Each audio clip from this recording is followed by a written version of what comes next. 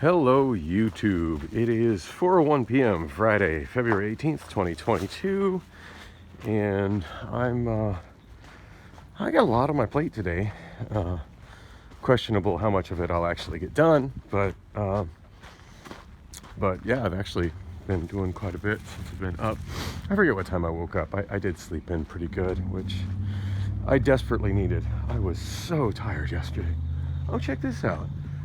That's I don't see that with water in it very often. As I've mentioned before, a lot of Phoenix has canal infrastructure, but a lot of it's underground.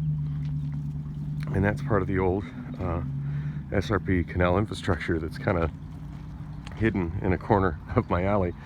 For the longest time, this guy's backyard was open. He just recently put up that wall there. And I can't say I blame him. Right next to that little piece of canal, although it was empty, when I went by roughly a week ago, I forget what date, I wasn't filming, but there was a, oh, I do remember what date. It was a date, well, I don't remember the exact date, but I remember what day and what I was doing. It was when I was on my way to, in fact, I just finished a video. It was when I was on my way to the laundromat, and I was pulling those two giant-ass suitcases behind me, which of course was really difficult down the alley. I didn't put much forethought into how difficult it would be to carry those, how much those little suitcase wheels would not like going down an alley that's largely gravel. But hindsight's always 20/20, right? Anyway, when I got to that spot there where that bit of canal is, there was a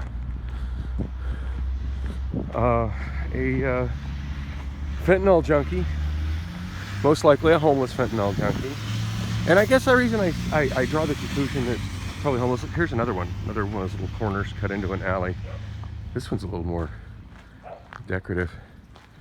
But yeah, there's the water flowing in it, and there's the good old-fashioned just pull it up, pull it down,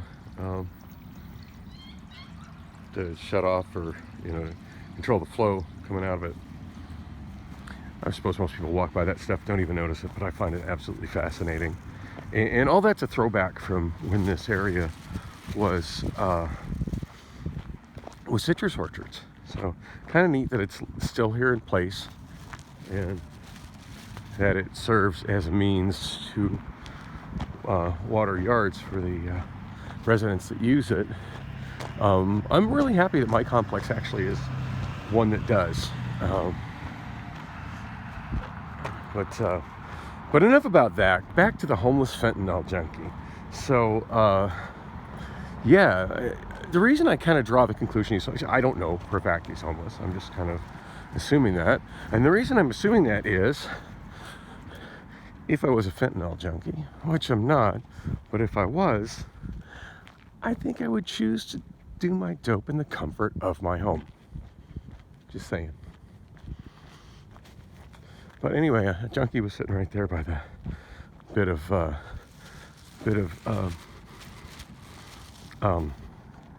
canal infrastructure. Hey, speaking of, check that out. All right, always got some of that all along this walk, which bugs me. It used to be they stuck around on 44th Avenue or 44th Street, and now they're drifting over here to 48th Street. All right. Cars are actually stopping for the school bus. Phoenix drivers have a bad habit of just driving by stop school buses.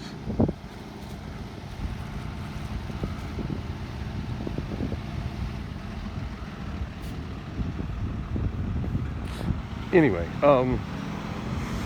so yeah, I'm assuming that this fentanyl junkie was homeless, but what really got me was that I was walking by. He had the audacity to ask me if I had any butane. And for those who are unfamiliar with the butane thing, because it took me a couple moments to even register what the fuck that was about, the junkies use the butane torches to light the blues fentanyl pills, which they put on foil, and then they inhale the smoke from it through a tube. That's how you ruin your brain. with fentanyl. It does require that you have a, I don't think a regular lighter will get it done. I think you need a butane torch. I don't know this 100% certain, but I think that's how it works, just from observing. Perhaps more research is needed. Anyway, this asshole has the nerve to ask me if I have any butane. And I just looked him dead in the eyes. I'm like, the fuck would I have butane for? And he looked at me with this, like, but I thought you were one of us kind of looks.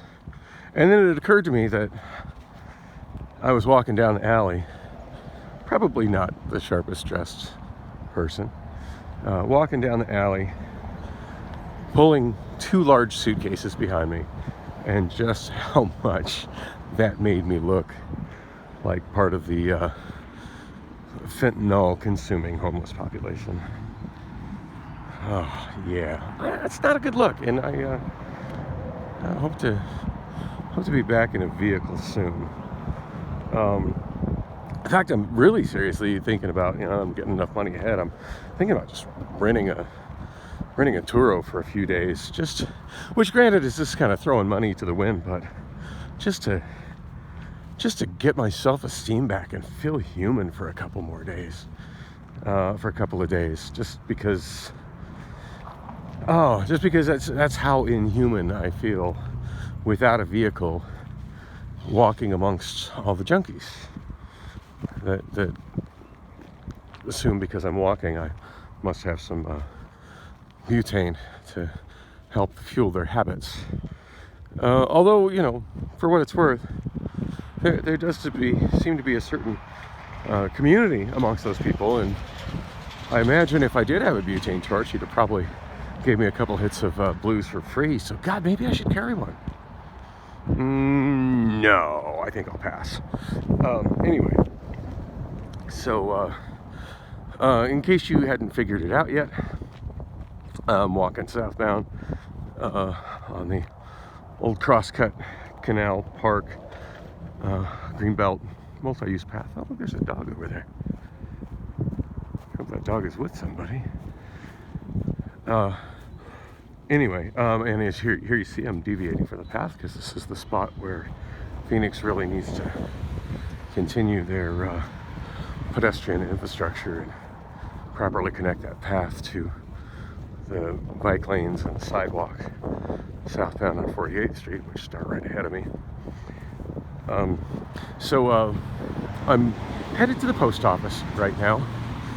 Yeah, I swore after that last bird ride that I was never going to use bird again, but thinking about how long this walk takes, because it's usually about, based on my videos, it's usually more or less 30 minutes, and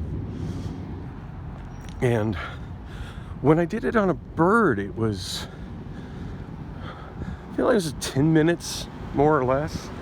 Actually probably a bit less to the post office. That was 10 minutes all the way to 50th Street Station, which in itself is about a 10-minute walk from the post office. Just because it takes that long to walk around that giant ass post office. Since the entrance to the, oh, that's fire truck and paramedics.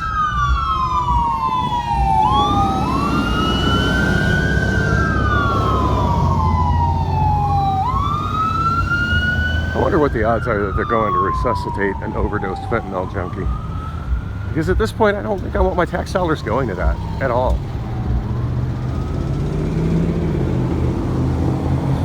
Anyway, sorry, I'm just so fucking sick of fentanyl junkies. I have no sympathy left for them. None. More canal infrastructure. Wow, I don't know what's going down, but there's...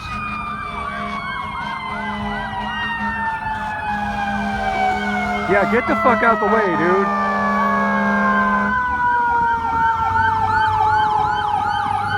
Sirens, I'm so confused. I think I'll stop in the middle of the fucking way. Some kind of emergency going on to the north. Anyway, back to my exciting day. So yeah, I did check the bird app to see if there were any nearby birds, as I figured that would save me a lot of time. And it's a fairly inexpensive ride. down 48th Street. Yeah, I swore I was never going to do it again after how bad that last ride was, and hopefully you watched that video. If you haven't, go down, click on the channel name and go down and watch that one. You don't need to watch the whole thing. Just skip through, watch bits and pieces of it. Long story short, shortly after I started riding it, it slowed down to 5 miles per hour and would not regain its proper speed, in spite of the fact that I went east of 48th Street several times to make sure I was detected properly in the coverage area, and even checked my bird app to have it verify that, yep, it shows me in the coverage area. Yeah, I still checked the app today to see if it was an option, and it kind of was, but not that helpful. Showed there was a bird at about 52nd Street in McDowell, and also one at about 52nd Street in Oak. And that's in a way that's about as helpful as the fact that there's a bus that goes down 44th Street. Like, I'm going down 48th Street, so in the distance I'm going down 48th Street, going that far to the east to get a mode of transportation is it's kind of counterproductive. Just as counterproductive as it is for me to walk to the west to catch the 44 bus. Because by the time that's walking, backtracking by walking. It's like I've walked a half mile to the east, then I got to backtrack, walking over a half mile. Walk a half mile to the west, and then I have to backtrack over a half mile to the east. May as well just do the 2 mile walk. Fuck it. It is roughly a 2 mile. Actually, it's less than a 2 mile walk. A little bit less than a 2 mile walk to the post office that I'm doing here. Yeah, it would have been a kind of a comparable thing.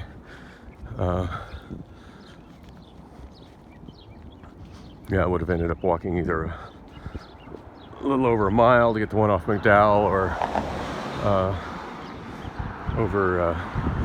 a little over a half mile to get to the one near Oak. And then there's still that chance that, what if I get on it and the thing still only goes 5 miles per hour? How much time did that waste? Because watching that video again, where I took the bird ride that was stuck at 5 miles per hour, and granted, I'm the one that chose to go further east off track to see if that would help get the scooter back up to speed, which it didn't. I had no way of knowing that until I did it. But that's yeah,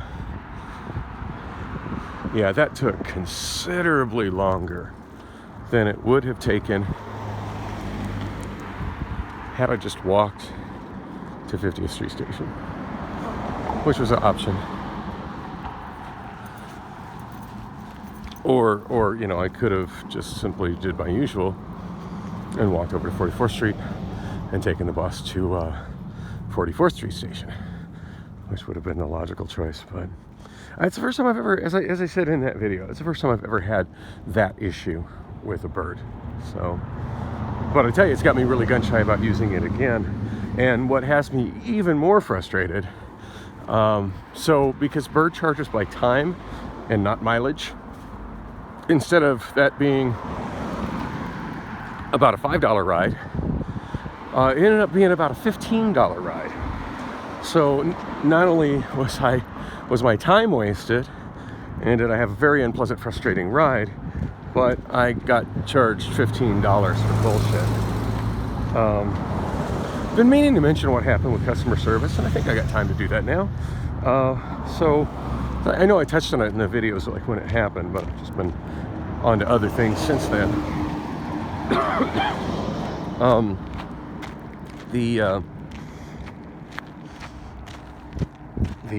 Damn, my left shoe isn't tied again. God damn it.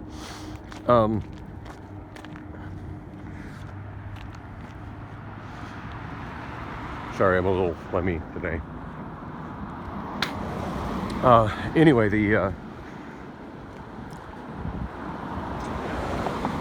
So I left a 1-star review when my ride ended, and there's a couple options to click, and basically I clicked slow vehicle and something else that equated to slow vehicle, and I actually got an immediate and most likely automated, based on how immediate it was, automated response to that from Bird, kind of apologizing that I had a bad experience, but please try again. We strive for everybody to have a good experience, blah blah blah. Something that would mean something to me if maybe it was actually sent by a person, but it was clearly, just an automated reply. To which I wrote a pretty short reply, that just asking, hey, is this actually a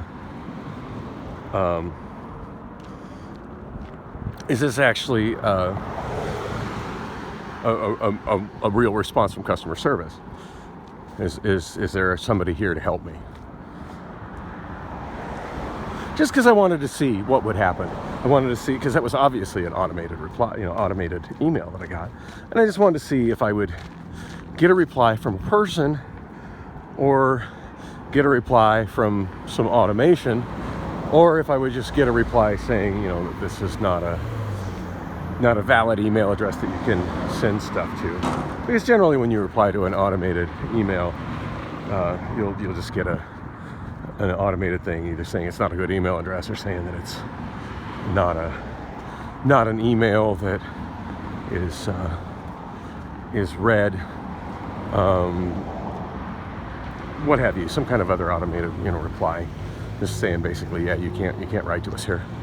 So I was kind of surprised. I did get an actual proper reply, and I'm using the term proper reply very loosely. I can tell that the person mostly just used a big pre-written copy pasta and added just a couple of lines to it. But basically, what he said was, yes, this is customer service, and we're here to help. That part looked like it was typed or maybe copy pasted. Okay, this is the untied shoe is getting to me. I gotta do something about that. Enjoy this lovely view of 48th Street, or the sky, or whatever it is. Hi, how you doing?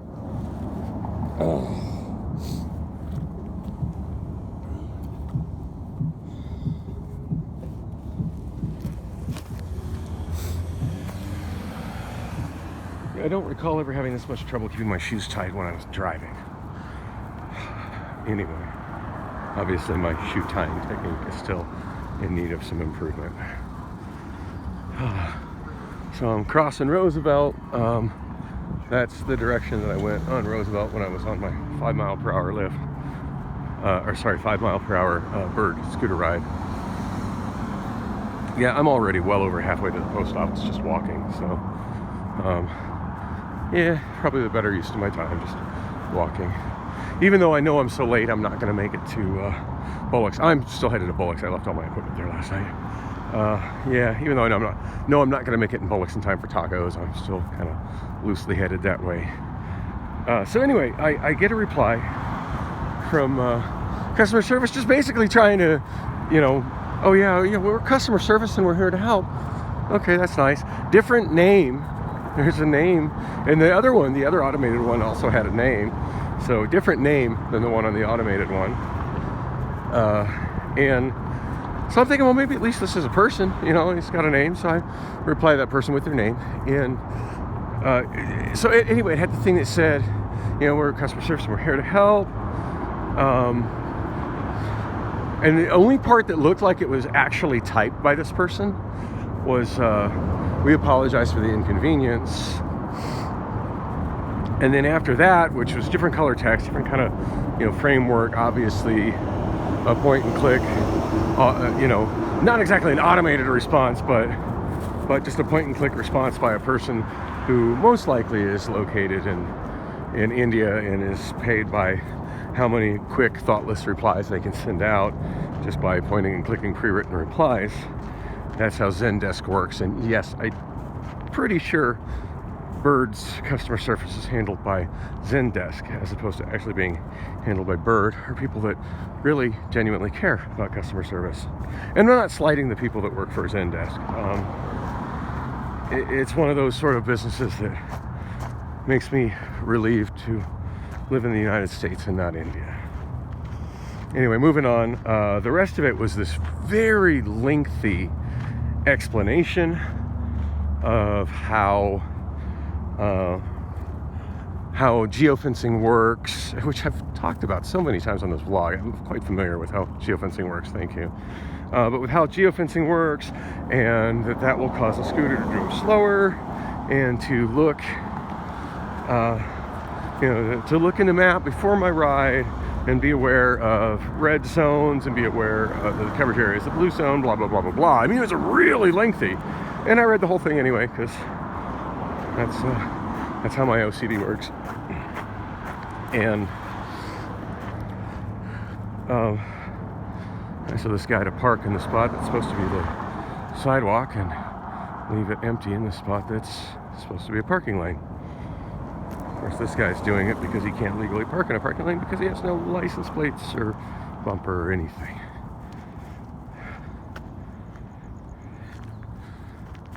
And this guy's parked where he's supposed to be. But this isn't a neighborhood that Phoenix cares enough to do anything enough about that sort of stuff, so I just walk where I can. And they park where they can. And I don't blame them. They're at a lot less risk of getting hit by an inattentive driver just driving down 48th Street, parked above the curb when they are parked actually in the parking lane where they belong. Anyway, so I read this whole thing, and it just basically explains this.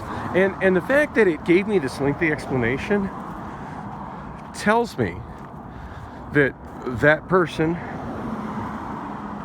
who replied, "Oh yeah, we're customer service, we're here to help," didn't actually look at my account, didn't actually look at the GPS history of my ride, because had he done any of that stuff, he would see that I've been using Bird for over 4 years.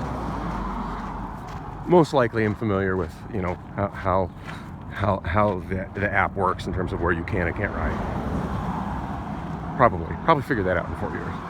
Would also see that just that last week I'd taken a nearly identical ride twice that cost me about $5.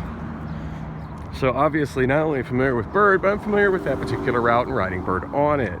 And you would also see that my last trip, which I was upset about, cost me $15. I wonder why suddenly the ride tripled. Maybe because I complained about a slow vehicle, and you guys charge by time, not distance.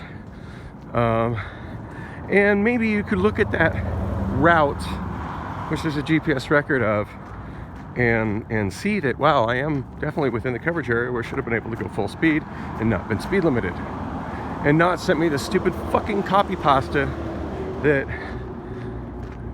doesn't cover my situation.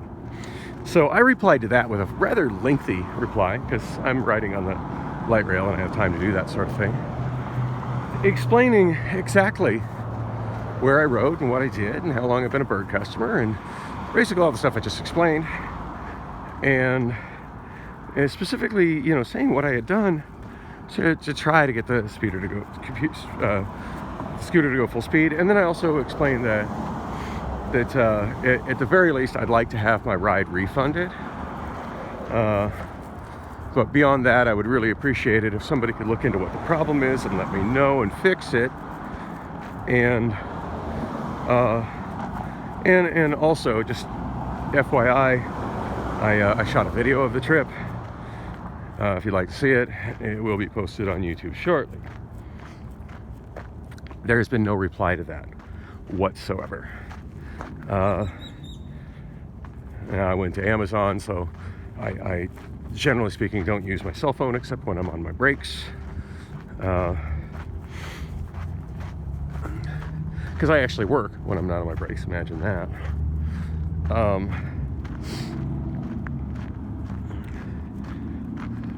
But when I did get on my next break, I checked it, hoping that I would have a reply. I didn't have a reply, and that break was, around midnight-ish. That's when I get my 30-minute break. It's either a little bit before midnight if I'm on what's called A break, or a little bit after midnight if I'm on what's called B break. Anyway, this looks like a good safe place to cross. Oh, there's a vehicle. Hey, look at that guy driving in the bike lane. Perfect example of why painted bike lanes are inadequate. Of course, it's very extremely possible that guy was swerving into the bike lane in an attempt to avoid the scruffy-looking jaywalker holding the iPhone in front of his face. That's possible. Anyway, yeah, so around midnight-ish, I shot off another reply to him just saying, hey, did you get my previous email? This would have been Wednesday night. Wow, what an asshole.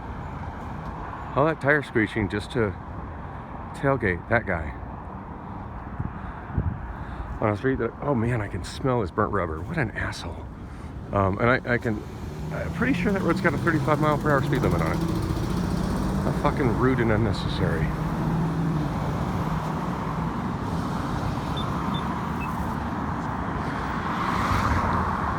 God, the smell of vehicle fumes right here is really overpowering, mingled with that guy's burnt rubber from driving like an asshole.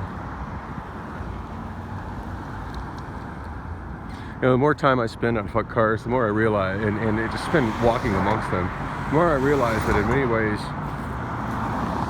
the world might be a better place without them. And I know, I'm a total hypocrite, because not long ago I was talking about how much I'm ready to rent a car because I'm sick of not having one, but it would be a different situation if nobody had them and the only vehicles that were on the road were for delivery of goods and services that requires carrying around tools. And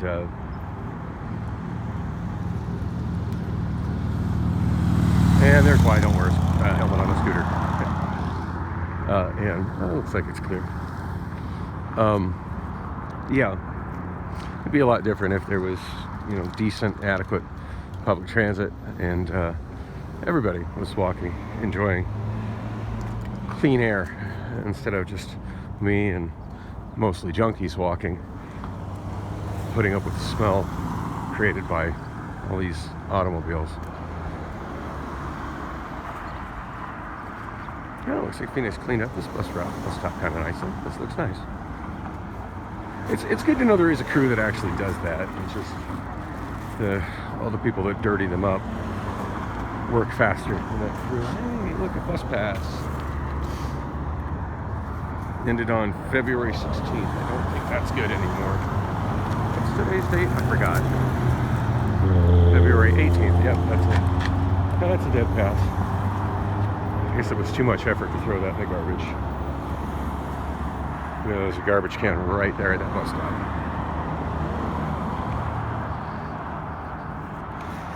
Anyway, yeah, I haven't heard back from Bird, and all those emails took place on Wednesday night, so it's now Friday. It's 2 days. I could have been handled. I'm going to go back through Bird customer service directly through the app, because I didn't do that. This is all that stuff I mentioned earlier was just via me leaving a 1-star review of the ride and saying it was slow.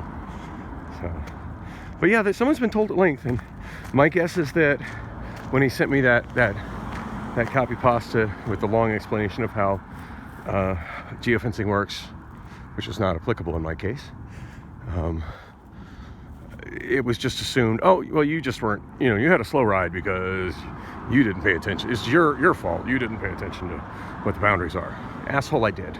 And then I'm assuming at that point, he just simply closed out the ticket, because that's how his Zendesk works. They have tickets. He already got paid for handling that ticket, and he's over it, because he doesn't actually work for Bird. I'm not his customer. Why should he give a fuck? Yeah, so I need to open another ticket. I'm not going to let this one ride. I really don't want to let this one ride. If I have to, and it's $15. 15 bucks is 15 bucks. If I have to, I'm going to contact PayPal or whichever credit card company. I forget what card I have associated with my Bird account, but yeah, I'm going to cancel the payment, put a stop payment order on it, because yeah, didn't get what I paid for, and customer service at Bird doesn't seem to be handling it. But I'm going to try direct customer service at Bird just to see if that makes a difference. Anyway, I'm here at the post office. Got 2 CDs of mailing. They were ordered Sunday. Unfortunately, I haven't. Oh, that's nice. Unfortunately, I haven't had the time to ship them until now, so they are a little bit late. I'll contact my customers and just let them know what obstacles I'm up against and give them their tracking, and hopefully they will be happy. The fact that I mail from this post office does seem to put about a day, makes shipping time about a day shorter, so that's a good thing. Anyway, thanks for coming with me on the walk.